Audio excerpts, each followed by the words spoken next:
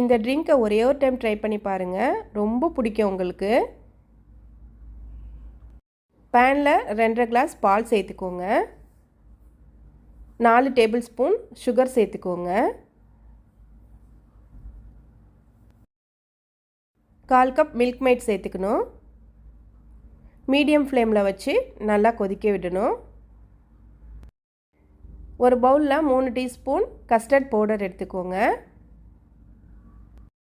காய்ச்சின பாலை கொஞ்சமாக சேர்த்து கட்டி இல்லாமல் தண்ணியாக கரைச்சி எடுத்துக்கணும். கஸ்டர்ட் மில்கை பாலில் சேர்த்து நல்லா கொதிக்க விடணும். மிக்ஸ் பண்ணி விட்டுக்கிட்டே இருக்கணும். ஒரு பிஞ்ச் குங்குமப்பூ சேர்த்துக்கோங்க. பால் நல்லா கொதிச்சோடனே நல்லா ஆற வச்சிடணும். ஆற வச்சுட்டு கொஞ்ச நேரம் ஃப்ரிட்ஜில் வச்சு எடுத்துக்கோங்க. ஃப்ரிட்ஜில் வச்சு எடுத்துட்டு அதில் 2 டேபிள் ஸ்பூன் ஃப்ரெஷ் க்ரீம் சேர்த்துக்கோங்க. விஸ்க் வச்சு நல்லா மிக்ஸ் பண்ணி விட்டுறணும். ஒரே ஒரு ஆப்பிள் எடுத்து அதை திருவி வச்சுக்கோங்க. நல்லா மிக்ஸ் பண்ணிவிட்டு கிரேட் பண்ண ஆப்பிளை இதில் சேர்த்துக்கலாம். ஆப்பிளை சேர்த்துட்டு நல்லா மிக்ஸ் பண்ணிடணும். கொஞ்சமாக பாதாம் பிசின் எடுத்து ஊற வச்சுக்கோங்க.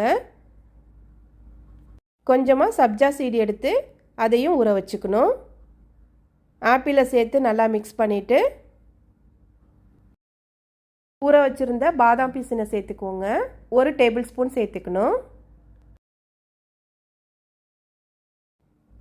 ஊற வச்சுருந்த சப்ஜா சீடை சேர்த்துக்கணும்.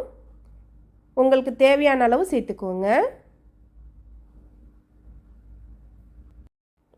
சம்மருக்கு சூப்பராக இதை செஞ்சு குடிக்கலாம். கண்டிப்பாக ட்ரை பண்ணி பாருங்கள், செம்ம டேஸ்ட்டாக இருக்கும். எல்லாத்தையும் ஒன்றா சேர்த்து நல்லா மிக்ஸ் பண்ணிவிட்டு உங்கள்கிட்ட எந்த நட்ஸ் இருக்கோ அதை க்ரஷ் பண்ணிவிட்டு சேர்த்துக்கோங்க.